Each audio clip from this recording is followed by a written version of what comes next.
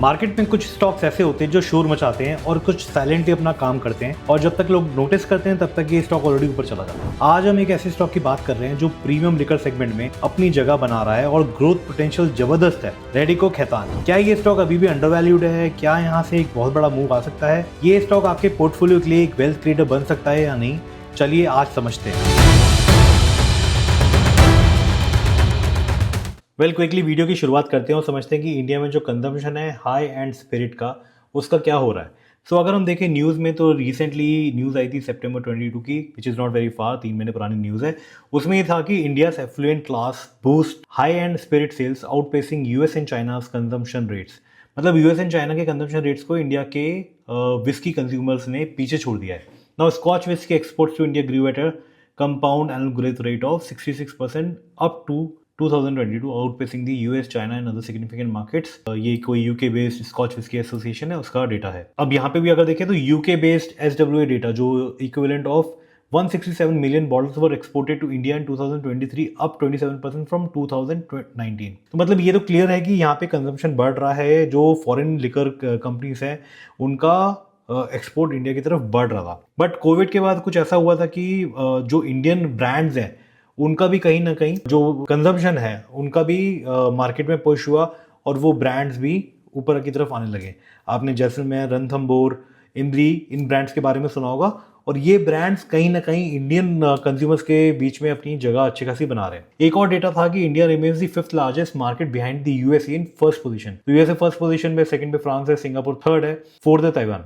But अगर India की बात करें, India has seen the fastest CAGR of all 5 countries at 16%। जो CAGR growth in terms of the consumption, वो India का सबसे बेटर है, राइट।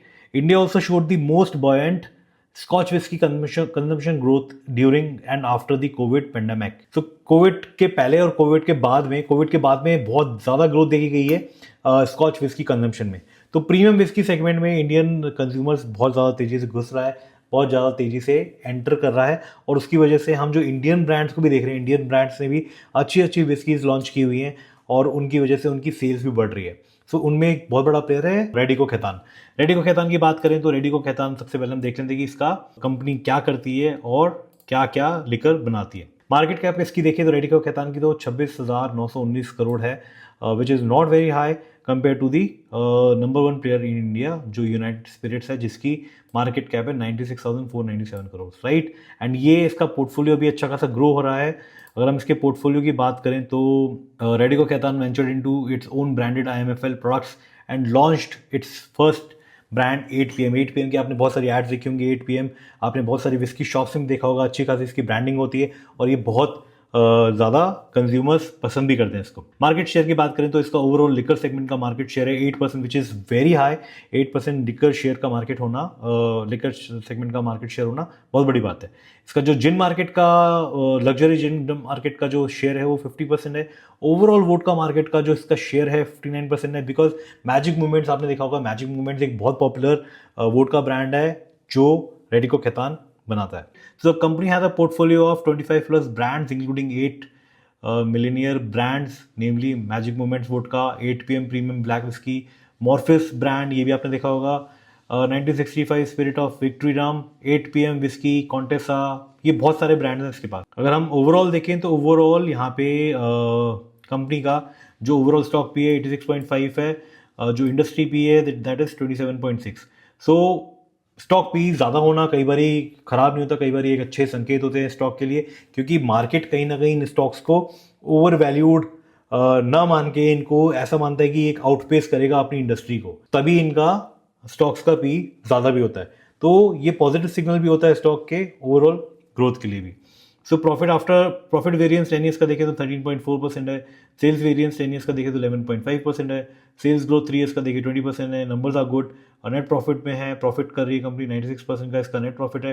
डेट टू इक्विटी भी 0.36 है, तो बहुत ज़्यादा इसमें कंपनी के पास डेट नहीं है। एंड अगर डेट 903 करोड़ है, ट्रेड रिसीवेबल्स भी 1162 करोड़ है, which is like almost nil कर देता है डेट को भी। बाकी नंबर्स अगर हम देखें उसमें, अगर हम क्वार्टरली देखें तो इसकी सेल्स कंटिन्यूसली इंक्रीज हो रही है। ऑपरेटिंग प्रॉफिट भी इसका इंक्रीज हो रहा है। ऑपरेटिंग प्रॉफिट मार्जिन भी इसका बहुत अच्छा खासा है, 15% इसका ऑपरेटिंग प्रॉफिट मार्जिन था सितंबर 2024 में, दिसंबर 2024 में 14%, which is all good. Profit before tax 112 crore 130 crore इसने रिसेंटली डिक्लेयर किया है। और अगर हम इसके ईयरली नंबर देखें तो ईयरली नंबर्स में भी पूरे ग्रो कर रहे हैं।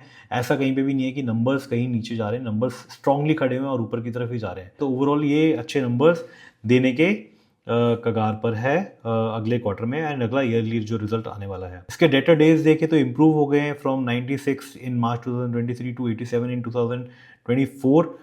इन्वेंट्री डेज भी देखें तो इन्वेंट्री डेज भी मतलब कितने दिनों में आप अपनी इन्वेंट्री चर्न कर रहे हो वो भी इसकी अच्छी है। तो मतलब ये पैसे ये मार्केट में इन्वेंट्री लेके आ रहे हैं और इन्वेंट्री इनकी बिक रही है। ऐसा कहीं नहीं है कि इनकी इन्वेंट्री कहीं ना कहीं होल्ड है। अगर इनका शेयर होल्डिंग पैटर्न देखें तो प्रमोटर्स के पास 40.24 है और ये मोरलेस सेम है अगले पिछले कुछ सालों से। एफआईआईज ने अपनी थोड़ी सी होल्डिंग 1% के आसपास अपनी होल्डिंग बेची हुई है, but which is okay. DIIs ने वो होल्डिंग खरीदी हुई है। यहाँ पे अगर दिख रहा है कि डीआईएस का शेयर यहाँ पे बढ़ा हुआ है। पब्लिक के पास ऑलमोस्ट सेम शेयर होल्डर्स हैं। सो ओवरऑल फंडामेंटली तो मुझे स्टॉक अच्छा दिख रहा है। अब हम देख लेते हैं टेक्निकल एनालिसिस वाइज कैसा दिख रहा है ये स्टॉक। अगर आप मुझे मेरे टेलीग्राम चैनल पे फॉलो करते हैं तो मैं वहाँ पे इनसाइट्स भी शेयर करता हूँ। वहाँ पर मैंने रेडिको खैतान के बारे में एक इनसाइट शेयर की थी ब्रेकआउट के टाइम पे, जब ये सितंबर 2024 में ब्रेकआउट कर रहा था। ब्रेकआउट के बाद इसने एक बहुत अच्छा मूव दिया है यहाँ पे ऑलमोस्ट 33% का। तब से लेके बिकॉज मार्केट में डाउन ट्रेंड आया है, मार्केट डाउन ट्रेंड की तरफ चला गया, इसने एक अच्छा खासा डाउन मूव दिया है। अब इस डाउन मूव को मैं बुलिश मानता हूँ बिकॉज होता क्या है कि जितना वॉल्यूम ऊपर जाते हुए आया था, आप देखोगे वॉल्यूम के हैंडल्स देखो, ये कितनी बड़ी बड़ी वॉल्यूम के हैंडल्स है। तो जितना वॉल्यूम ऊपर जाते हुए आया था उतना वॉल्यूम नीचे आते हुए नहीं आया। ये वॉल्यूम कहीं ना कहीं खत्म सा है, बहुत ज़्यादा कम वॉल्यूम है, लो वॉल्यूम में मार्केट नीचे आ रहा है। तो अगर लो वॉल्यूम में स्टॉक नीचे आ रहा है तो कहीं ना कहीं वो बुलिश संकेत होते हैं बिकॉज लो वॉल्यूम में नीचे आने का मतलब ये होता है कि सेलर्स में इतनी दम नहीं है और ज़्यादा एग्रेसिव होकर इसको सेल नहीं कर रहे। ऑल्दो प्राइस का ऑल्दो स्टॉक नीचे आया है बट सेलर्स ने जितना दम दिखानी थी चाहिए थी उतना यहाँ पे दिखाया नहीं है और ये कहीं ना कहीं एक बुलिश मूव होता है अगर वॉल्यूम्स ड्राइड अप हैं स्ट्रॉन्ग डाउन मूव की तरफ आने के लिए। टेक्निकल एनालिसिस पर्सपेक्टिव से इतना बड़ा जो 2023 का जो इसका हाई था, इसने हाई मल्टीपल रेजिस्टेंस लेने के बाद तोड़ा है। तो कई बार क्या होता है इसका स्टॉक का मोस्ट केसेस में अगर ये बुलिश रीटेस्ट करता है, इसको रीटेस्ट करके फिर यहाँ से अगर ऊपर सस्टेन करके ऊपर जाने की कोशिश करता है तो एक बहुत बुलिश मूव आने की यहाँ पे चांसेस होते हैं। सो यहाँ पे अगर कोई बाइंग करता है स्टॉक की तो स्टॉक में जो रिसेंट लो बना है 1845 का, तो ये एक हमारा स्टॉप लॉस लेवल हो सकता है। अगर कोई इसमें स्टॉक अपनी बाइंग कर सकता है, इंटरेस्ट जगाना चाहता है कि मैं इसमें बाइंग करूं फॉर लॉन्ग टर्म, तो हम यहाँ पे इसको यहाँ पर ले सकते हैं विद स्टॉप लॉस ऑफ 1840 के नीचे कोई डेली कैंडल क्लोज हो और उसके नीचे भी उसका भी लो तोड़ दे इन दी सब्सिक्वेंट डे, तो इसमें स्टॉक में एक वीकनेस बोला जा सकता है कि स्टॉक में एक वीकनेस है।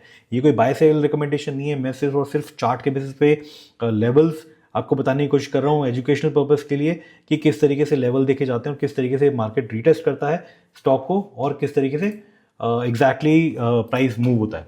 तो यहाँ पे एक बहुत अच्छा मूव है। अगर हम ऑल टाइम हाई देखें तो ऑल टाइम हाई भी यहाँ से अराउंड 30% के आसपास है। 30% का मूव तो यहाँ पे मुझे दिख रहा है कि ये मार्केट ये दे सकता है अगर यहाँ से इसने एक अच्छा खासा सस्टेन किया और यहाँ से अगर इसने मूव करने की कोशिश की तो। उसके अलावा भी इसमें बहुत ज़्यादा पोटेंशियल है ऊपर जाने का। आई थिंक ये 3500 के लेवल्स इसमें अगले हम कुछ महीनों में या कुछ सालों में अगले साल तक या इस साल के अंत तक हम देख सकते हैं। तो रेडिको खैतान एक मेरे लिए बहुत बुलिश मूव है बिकॉज दारू का कंजम्पशन, लिकर का कंजम्पशन एक ऐसी चीज़ है जो इंसान जिसको आदत है वो पीता है। हम सेलिब्रेशन में भी पीते हैं, गम में भी आदमी दारू पीता है, खुशी में भी दारू पीता है, शादी में भी पीता है। तो हर सेलिब्रेशन में एक ऐसा चीज़ है जहाँ पर अपने साथ दारू रखता है इंसान और इसका कंजम्पशन नीचे आने के मुझे नहीं लगता कि कोई बहुत ज़्यादा संकेत है अनलेस इंडिया में लिकर बैन हो जाए, राइट। आई डोंट थिंक वो होगा बिकॉज लिकर से एक अच्छा खासा रेवेन्यू गवर्नमेंट को मिलता है। तो यहाँ पर कहीं ना कहीं इस स्टॉक में हमें इंटरेस्ट बन रहा है and we should pay attention to this stock.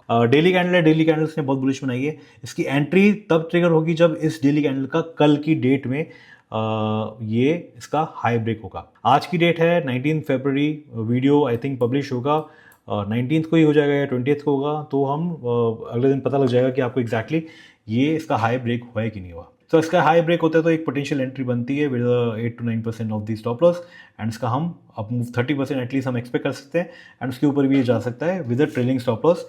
We can see again this is not a buy recommendation, just a video for educational purpose। मैं यहाँ पे सिर्फ और सिर्फ एजुकेशनल पर्पज़ के लिए आपको स्टॉक के बारे में बता रहा हूँ एंड हम डिस्कस कर रहे हैं। इस तरीके की वीडियोज़ मैं और भी लाता रहूँगा। अगर आपको ये वीडियो अच्छा लगा तो प्लीज़ लाइक कीजिएगा, कमेंट करके मुझे बताइएगा एंड अगर आप चैनल पे नए हैं तो चैनल को सब्सक्राइब जरूर कीजिएगा। अपने फ्रेंड्स एंड फैमिली मेम्बर्स के साथ भी शेयर करिएगा। अगर आपके पास रेडको खैतान ऑलरेडी है तो मुझे कमेंट करके बताइएगा कि आपके पास किस लेवल पे है। अगर आपके पास नहीं है तो आपको क्या लग रहा है चार्ट देख के इसमें एंटर करना चाहिए या नहीं करना चाहिए। तो मिलते हैं अगले वीडियो में अगले टॉपिक के साथ, नए टॉपिक के साथ। तब तक के लिए thank you so much and जय श्री राम।